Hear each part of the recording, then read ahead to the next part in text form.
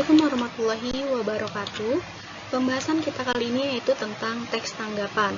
Nah, teks tanggapan ini adalah teks pembahasan terakhir di semester 1. Yang kita bahas, seperti biasa ada 4 poin, yaitu ada mengidentifikasi teks tanggapan, menyimpulkan isi teks tanggapan, menelaah struktur dan kebahasan teks tanggapan, dan yang terakhir menyajikan teks tanggapan. Mengidentifikasi teks tanggapan. Dalam mengidentifikasi kali ini, yang akan kita bahas ada 3. Ada pengertiannya, ada tujuannya, dan ada ciri-cirinya. Pertama, pengertian teks tanggapan. Teks tanggapan adalah teks yang menanggapi tentang suatu peristiwa atau permasalahan. Nah, biasanya berisi kritikan atau pujian. Nah, kritikan merupakan ungkapan ketidaksetujuan terhadap suatu hal yang dilengkapi alasan. Nah, alasan yang diungkapkan dalam kritik harus bersifat membangun dan bukan menjatuhkan. Kemudian sedangkan pujian adalah ungkapan rasa setuju mengenai suatu hal. Pujian dapat berupa penghargaan ataupun sanjungan. Nah, kemudian tujuan dari teks tanggapan, yaitu memberikan penilaian terhadap suatu kelebihan dan kekurangan yang disertai dengan saran. Nah, penilaian ini harus bersifat objektif, sopan, logis, dan jelas. Kemudian ciri-ciri teks tanggapan. Yang pertama, berisi tanggapan yang masuk akal. Yang kedua, berupa kritik atau pujian dengan alasan yang logis. Kemudian yang ketiga, bersifat membangun, bukan menyerang dan mencari kesalahan. Ciri-cirinya itu ada berupa kritik, berupa pujian seperti yang kita bahas tadi, lalu juga berupa sanggahan, penolakan, maupun persetujuan. Pembahasan kedua mengenai menyimpulkan isi teks tanggapan.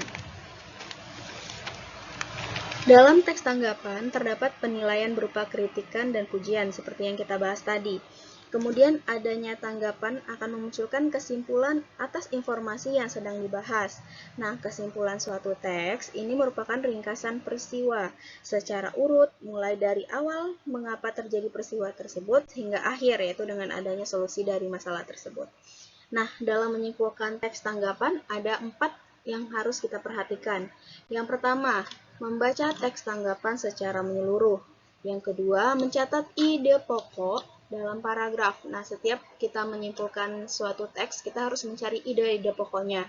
Kemudian yang ketiga, mengembangkan ide pokok tersebut dan disusun menjadi kalimat-kalimat yang baru dan berbeda.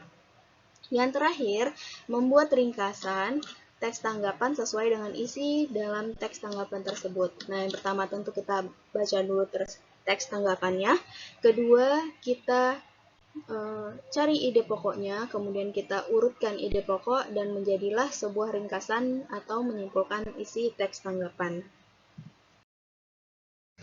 Pembahasan berikutnya itu mengenai struktur dan kebahasan dalam teks tanggapan. Struktur.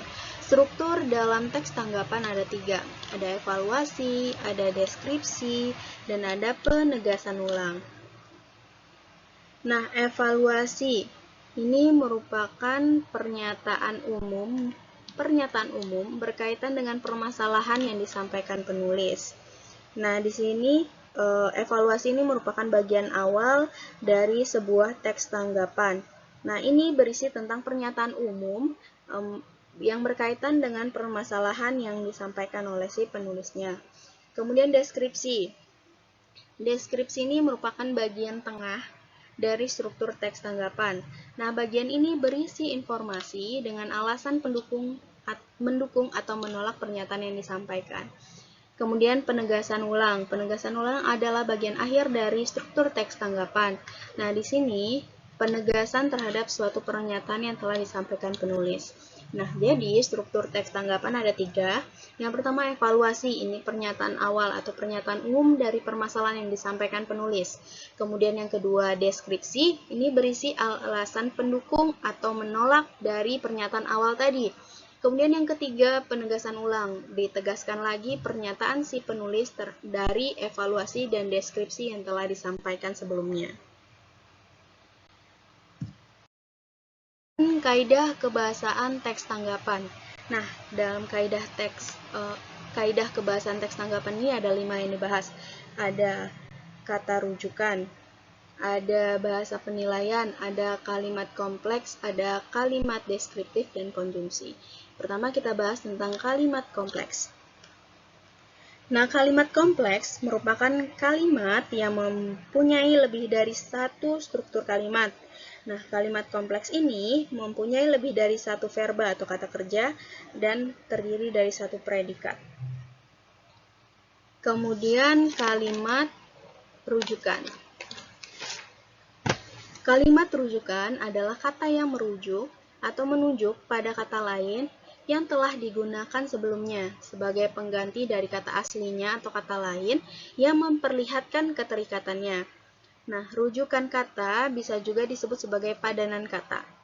Kata rujukan umumnya menggunakan kata-kata seperti di sini, di sana, ini, itu, dia, ia, tersebut, dan lain-lain.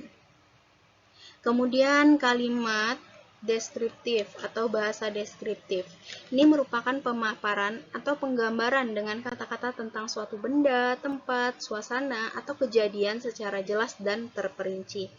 Nah, contohnya, stadion sepak bola yang dibangun itu memiliki fasilitas internasional dengan kapasitas bangku penonton sebanyak 1.000 orang. Nah, dalam deskriptif ini menggambarkan secara terperinci suatu benda maupun tempat atau suasana. Kemudian yang keempat ada bahasa penilaian. Nah, bahasa penilaian dalam teks tanggapan berupa kritik ataupun pujian. Nah, kritik ini muncul karena seseorang tidak setuju dan tidak suka terhadap sesuatu. Nah, kritik dapat disampaikan dengan bahasa yang santun dan komunikatif. Nah, jadi kritik ini tidak menjatuhkan, tetapi disampaikan dengan bahasa yang santun dan komunikatif. Nah, sedangkan pujian muncul karena adanya rasa kagum terhadap sesuatu yang dianggap baik, indah, bagus, dan berani. Pujian ini disampaikan secara objektif dan tidak melebih-lebihkan.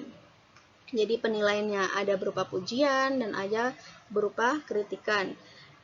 Kemudian yang terakhir ada konjungsi. Konjungsi adalah kata yang menghubungkan dengan kata maupun frasa dengan frasa, ada klausa dengan klausa, kalimat dengan kalimat, paragraf dengan paragraf.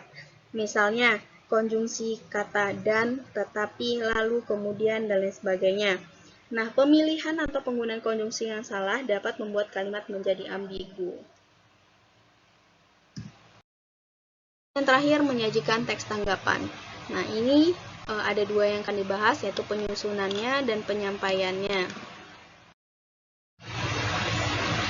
Pertama, langkah-langkah menyusun teks tanggapan. Yang pertama, menentukan tema dari teks tanggapan yang akan disusun. Yang kedua, mengembangkan tema. Yang ketiga, menyusun ide atau gagasan pokok menjadi kalimat-kalimat yang urut dan logis, sesuai dengan struktur teks tanggapan baik secara deskriptif maupun kritis. Kemudian yang keempat, mencermati dan meneliti teks yang disusun agar sesuai dengan EBI atau Ejaan Bahasa Indonesia dan KBBI, Kamus Besar Bahasa Indonesia. Jadi langkah-langkah menyusun teks tanggapan yang pertama menentukan tema, yang kedua mengembangkan tema dan ide atau gagasan pokoknya. Kemudian yang ketiga menyusun ide dan gagasan pokok sesuai dengan strukturnya.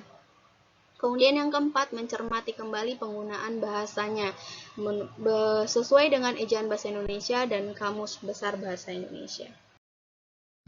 Kemudian cara menyampaikan tanggapan yang baik. Yang pertama, tanggapan disampaikan sesuai dengan topik pembahasan. Kedua, penyampaian tanggapan harus dapat membuat orang lain memahami pembahasan dan permasalahan. Yang ketiga, kalimat tanggapan harus murni pendapat sendiri. Keempat, kalimat tanggapan hendaknya merupakan kalimat yang benar dan tidak ambigu. Yang kelima, jika yang disampaikan merupakan tanggapan negatif, sebaiknya tidak disertai dengan emosi. Yang keenam, penyampaian kalimat tanggapan dapat diiringi dengan gerak, mimik muka, atau nada suara. Yang ketujuh, kalimat tanggapan harus bersifat objektif.